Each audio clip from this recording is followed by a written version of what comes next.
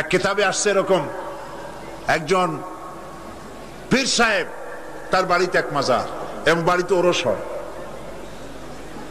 তার মুরিদও বাড়িতে একটা মাজার হইছে এবং সে ওরস করে। অন্যান্য মুরিদরা এসে পীর সাহেবরে বললো যে আপনার এই মাজারে আপনার বাড়িতে আর কি লোক হয়, আর এই মাজারে আর কত লোক আসে? আপনার মুরিদের বাড়ি যায় দেখেন ওরসে কত লোক, আর কি পরিমাণ মানুষ পয়সা করি সেখানে দেয়, ওই মাজার গরম বেশি। পীর সাহেব চিন্তা করলো ওই লোকটা তো আমার কাছে মুরিদ হইছে, ও মাজার পাইল কই? ওই মুরিদে রাতের বেলা যাকে নিয়ে কয়, বেটা সত্যি কথা বল, মাজার পাইছো কই? কয় হুজুর মাজার টাজার কি, আপনার কাছে মুরিদ হইলাম, আপনি একটা গাধা দিলেন আমারে, ওই গাধাটা নিয়ে ব্যবসা বাণিজ্য করে কিছু পয়সা পাতি হয়েছিল, হঠাৎ করে গাধাটা মরে গেল, এখন আমি যাই কই? বহুত মুসিবতে পড়ে গেছি। শেষ পর্যন্ত ওই গাধা পাশে নিয়া বহুত চিন্তা করিয়া গাধারে কবর দিয়া আপনি দিছেন, সেই জন্য কবর দিয়া পাশে বসে কাঁদতেছিলাম চোখ বুঝা। হাটবার দিন ছিল, বাজারে যাওয়ার রাস্তা, চোখ বুঝে কাঁদতেছিলাম। সন্ধ্যার সময় চোখ খুলে দেখি আশেপাশে পান, সুপারি, মাছ, তরকারি, টাকা পয়সা। তার মানে লোকেরা যাচ্ছে, মাজার দেখে মনে করছে নতুন কোন পীরের মাজার বোধ হয়, তো যে যার কাছে যা ছিল একটু একটু করে দিয়ে গেছে, অনেক হয়েছে। তারপরে এসে ভিড় জমলো। এরপরে কি করব, বহুত চিন্তা ভাবনা করে একটা সাইনবোর্ড লাগাই দিলাম, হযরত গেদা শাহ রহমতুল্লাহ আলাইহির মাজার।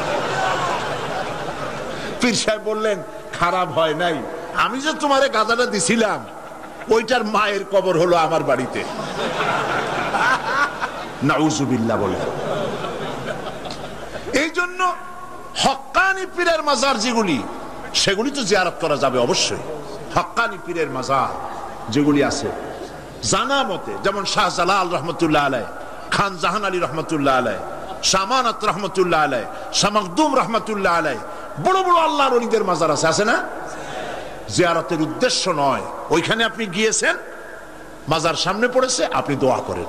জিয়ারতের উদ্দেশ্য নিয়ে মসজিদে হারাম, মসজিদুর রাসূল, মসজিদে আকসা, এই তিন জায়গা ছাড়া জিয়ারতের নিয়ত নিয়ে কোন মাজারে যাওয়া যাবে না, যাবে না, রাসূলুল্লাহ নিষেধ করেছেন।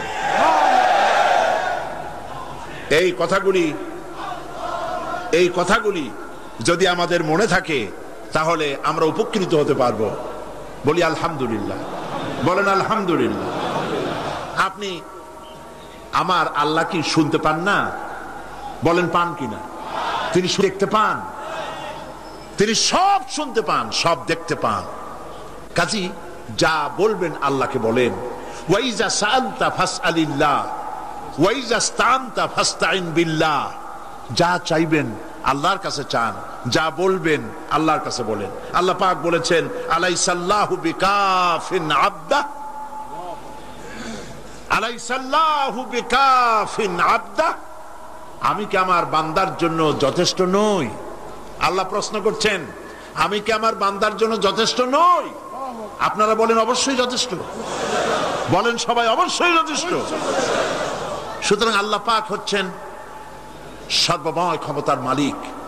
আপনার আমার যা প্রয়োজন সব আল্লাহকে বলবো, রাজি আছি? এটাই হচ্ছে তাওহীদ এবং শিরক বর্জন। সর্বাবস্থায় শিরককে বর্জন করতে হবে।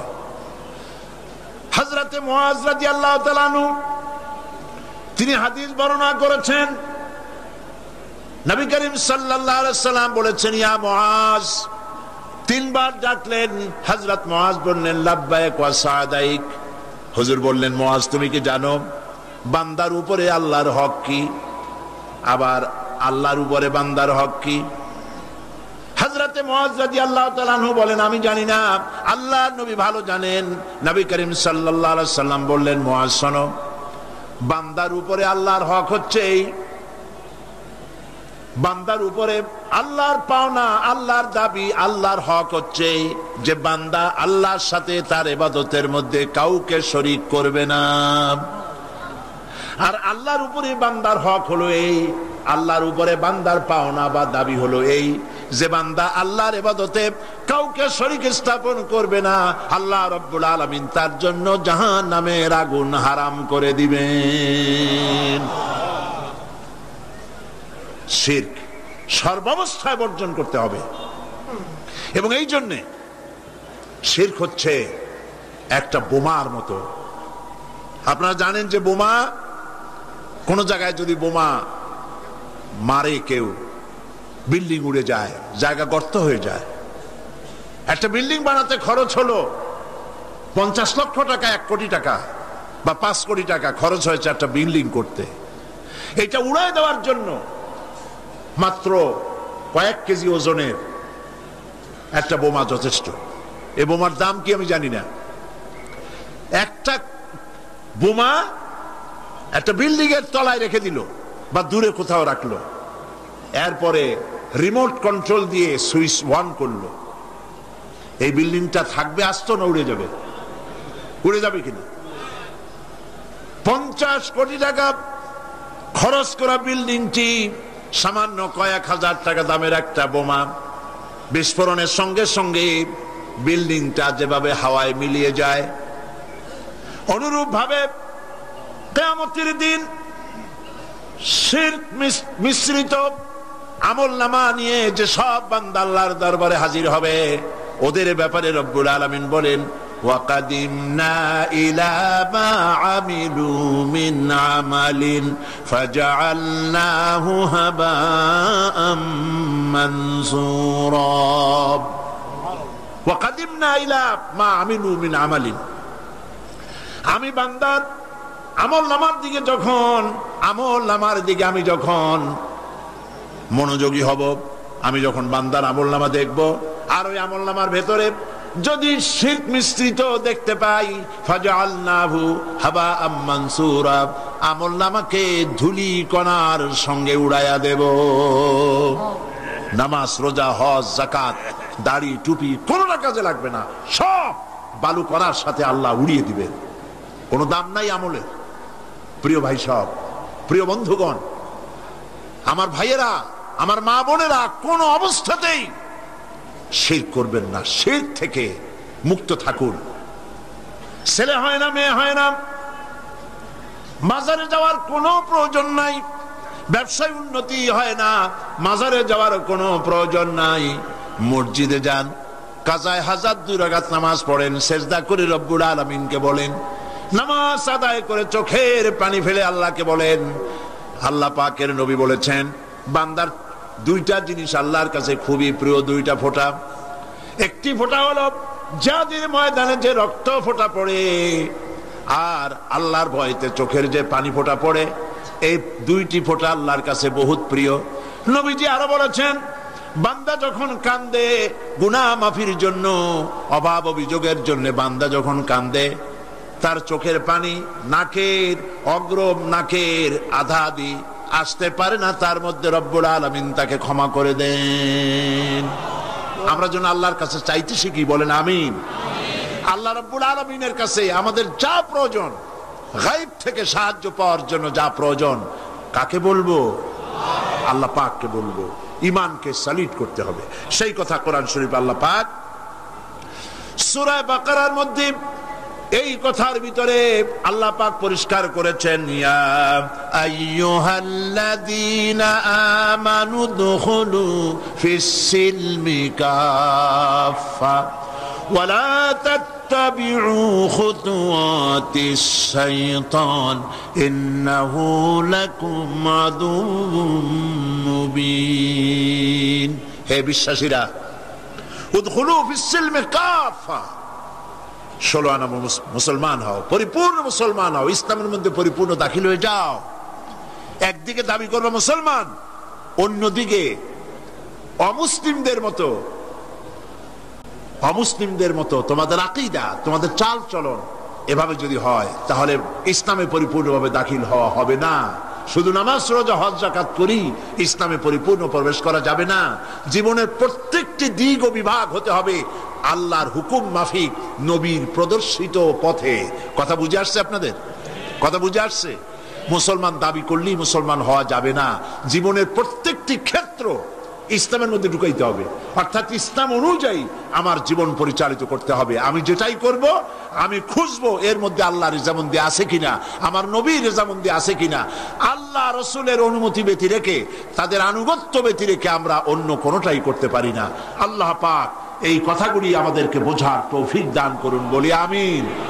জোরে সরে পড়েন লা ইলাহা লা ইলাহা, আরো জোরে লা ইলাহা লা ইলাহা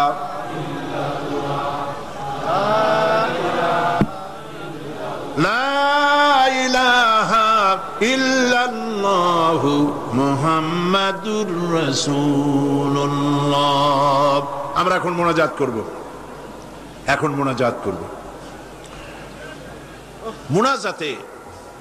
মোনাজাত আর দোয়া ও মখুল ইবাদা, দোয়া হচ্ছে ইবাদতের মগজ। আল্লাহর কাছে আমরা আমাদের আরতি জানাবো, মোনাজাত করব, সেই দোয়ায় আমরা শামিল হব আর বা জামাতে শান নামাজ পড়বো। এত বড় জামাত এখন কি চট্টগ্রামের কোন মসজিদে পাওয়া যাবে? আর এটা কি সম্ভব এত বড় জামাত হওয়া? আমরা জামাতে নামাজ আদায় করব, আল্লাহ যেন তৌফিক দেন, বলেন আমিন। মোনাজাতের পর আজান হবে বা জামাত নামাজ হবে, নামাজে আপনারা শরীক হবেন। আজকেও দুইজন অমুসলিম ইসলাম কবুল করার জন্য এসেছেন, তাদেরকে উৎসাহ দেন, তাদের জন্য দোয়া করেন, আল্লাহ পাক যেন তাদেরকে কবুল করেন, বলেন আমিন। আপনাদের ভিতর থেকে যারা দাঁড়ায় আপনারা নিজেরা তাদেরকে বসায় দেন, এ কি আশ্চর্য কথা। দুজন অমুসলিম, একজনের নাম সুনীল রায়, পিতা মৃত রজনী রায়, বাড়ি কাটিরহাট, হাটহাজারী, চট্টগ্রাম। আর একজনের নাম অসীম বড়ুয়া, পিতা কল্যাণ মিত্র বড়ুয়া, গ্রাম হোয়ারাপাড়া, রাউজান, চট্টগ্রাম। এই দুইজন, প্রথম জন সুনীল রায়, তার নাম পছন্দ করেছে মোহাম্মদ খলিলুর রহমান। দ্বিতীয় জন তার নাম পছন্দ করেছেন মোহাম্মদ মাসুম বিল্লাহ। এই দুজন এখন ইসলাম কবুল করছে। কই আর একজন কই? ও মাশাআল্লাহ, কাছে আসো, একটু জোরে জোরে পড়তে হবে। লা ইলাহা ইল্লাল্লাহু মুহাম্মাদুর রাসূলুল্লাহ। আল্লাহ ছাড়া কোনো ইলাহ নাই, উপাস্য নাই। মুহাম্মদ সাল্লাল্লাহু আলাইহি ওয়াসাল্লাম আল্লাহর প্রেরিত রাসূল। আশহাদু আন লা ইলাহা ইল্লাল্লাহু ওয়াহদাহু লা শারীকা লাহু ওয়া আশহাদু আন্না মুহাম্মাদান আবদুহু ওয়া রাসূলুহু। আমি সাক্ষ্য দিচ্ছি আল্লাহ ছাড়া কোন ইলাহ নাই, কোন উপাস্য নাই, তিনি এক, তিনি একক, তার কোন অংশীদার নাই। আমি আরো সাক্ষ্য দিচ্ছি মুহাম্মদ সাল্লাল্লাহু আলাইহি ওয়াসাল্লাম আল্লাহর বান্দা এবং তার প্রেরিত রাসূল। বলো আসসালামু আলাইকুম। সবাই বলেন ওয়ালাইকুম আসসালাম। আমরা না আর বলতে হবে না, আমরা এই দুইজন নতুন মুসলমান আমাদের ভাই, বলেন আলহামদুলিল্লাহ। আল্লাহ যেন তাদের ইসলামী জীবন যাপনের, সুন্দরভাবে ইসলামী জীবন যাপনের তৌফিক দেন, বলেন আমিন। এবং ইসলাম কবুল করার কারণে কোনো অসুবিধা, ঘটনা, দুর্ঘটনা, নানান রকমের অসুবিধা থেকে আল্লাহ পাক যেন তাদেরকে হেফাজতে রাখেন এবং আল্লাহ পাক যেন তাদেরকে খাঁটি মুমিনে পরিণত করে দেন। ইসলাম কবুল করার কারণে এই বিশাল লাখো জনতার পক্ষ থেকে আমি তাদেরকে আলিঙ্গন করছি।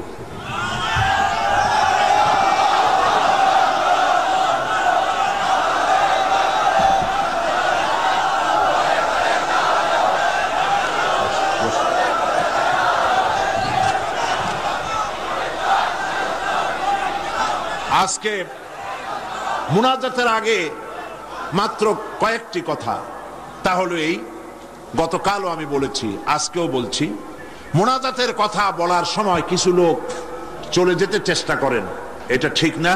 মুনাজাত করেই যাবেন, এটি মনে রাখবেন আপনারা, মেহেরবানি করে। মনে থাকবে তো?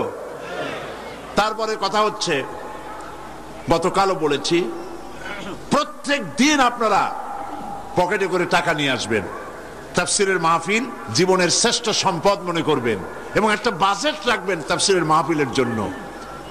আমি গতকাল বলেছি, হযরত মাওলানা শামসুদ্দিন সাহেব খুব পেরেশানিতে আছেন তার সমস্ত লোকজন নিয়ে, যেহেতু অন্তত 20 না 25 লক্ষ টাকা, কত 22,60,000 টাকা, প্রায় ধরুন 23 লক্ষ টাকা তাদের বাজেট।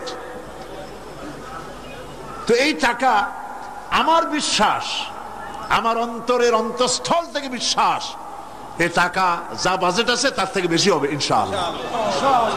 আল্লাহ দিবে, বলেন আমিন।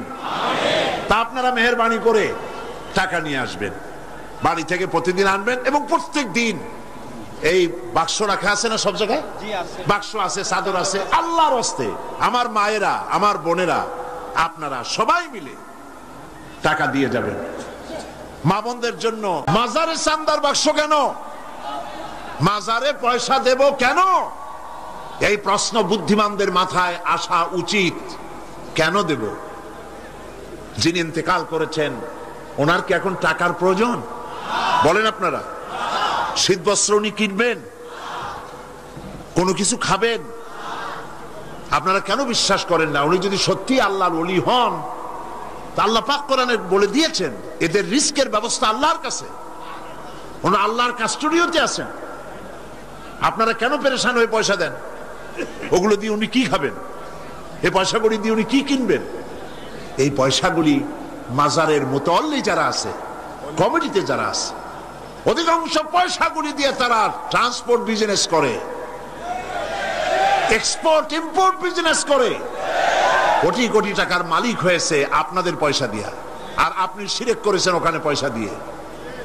তবে কোন মাজারকে কেন্দ্র করে যদি কোনো মসজিদ, কোনো এতিমখানা, কোনো মাদ্রাসা যদি তৈরি হয়, মাদ্রাসায় দিবেন, এতিমখানায় দিবেন, মসজিদে দিবেন, অবশ্যই মাজারে এক পয়সাও দিবেন না। কে বলেছে আপনাকে মাজারে গম্বুজ উঠাইতে? কেন উঠাইছেন? কেন উঠাইছেন? কি জবাব দেবেন? মাজারে গম্বুজ কেন দিয়েছেন? কি জবাব দিবেন? কে বলেছে গম্বুজ তুলতে? পীর সাহেবদের কবরের মর্যাদা বেশি না সাহাবায়ে কেরামদের কবরের মর্যাদা বেশি? মদিনা যায় দেখতে পারেন না? সাইয়্যিদুশ শুহাদা হযরত হামজা রাদিয়াল্লাহু তাআলা আনহু, দুনিয়ার সব ওয়ালি আলেম ওলামা যদি এক জায়গায় হয়, হযরত হামজার একখানা হাতের সমান হবে? হবে? সেই মাজারে তো কোনো গম্বুজ নাই। হযরতে ইবনে মাসউদ রাদিয়াল্লাহু তাআলা আনহু, হযরত ইবনে আব্বাস রাদিয়াল্লাহু তাআলা আনহু, হযরত আবু সাঈদ খুদরি রাদিয়াল্লাহু তাআলা আনহু, হযরত উসমান রাদিয়াল্লাহু তাআলা আনহু, অন্তত 10,000 সাহাবীর মাজার তো জান্নাতুল বাকিতে রয়েছে। একটা গম্বুজ নাই, একটা চাদর নাই, একটা আগরবাতি নাই, একটা মোমবাতি নাই। আপনারা কেন এইসব করেন? কে কি বললো আপনারা কেন শুনবেন? জেহেন সাফ করে নেবেন। কোরআনে জানাই, হাদিসে জানাই, মানি না, মানবো না। ঠিক কিনা বলেন? কোরআনে জানাই, হাদিসে জানাই, এই কথা বলার জন্য যদি হিন্দুস্তান থেকে কোনো পীর আসে, মানবো তার কথা? যদি পাকিস্তান থেকে কোনো পীর আসে, মানবো? যদি চীন থেকে, সৌদি আরব থেকে কোনো বুজুর্গ আসে, মানবো? সাফ কথা। তুমি পীর যে দেশের হও, তুমি আলেম যে দেশের হও, কোরআন হাদিসে জানাই, মানি না, মানি না, মানি না। এটার নামই হলো ইসলাম। এটার নাম কি? এটার নাম আকীদা। এই আকীদা সাফ করতে হবে। মুসলমানদের এই আকীদা সাফ হতে হবে। এই আকীদা যদি সাফ হয় তাহলেই আমরা বাঁচতে পারবো। কথা বুঝতে পেরেছেন? কথা বুঝে আসছে? বলছিলাম বহুত মাজার আছে মুদ্দান নাই, বহুত মাজার এমন আছে মুদ্দান নাই।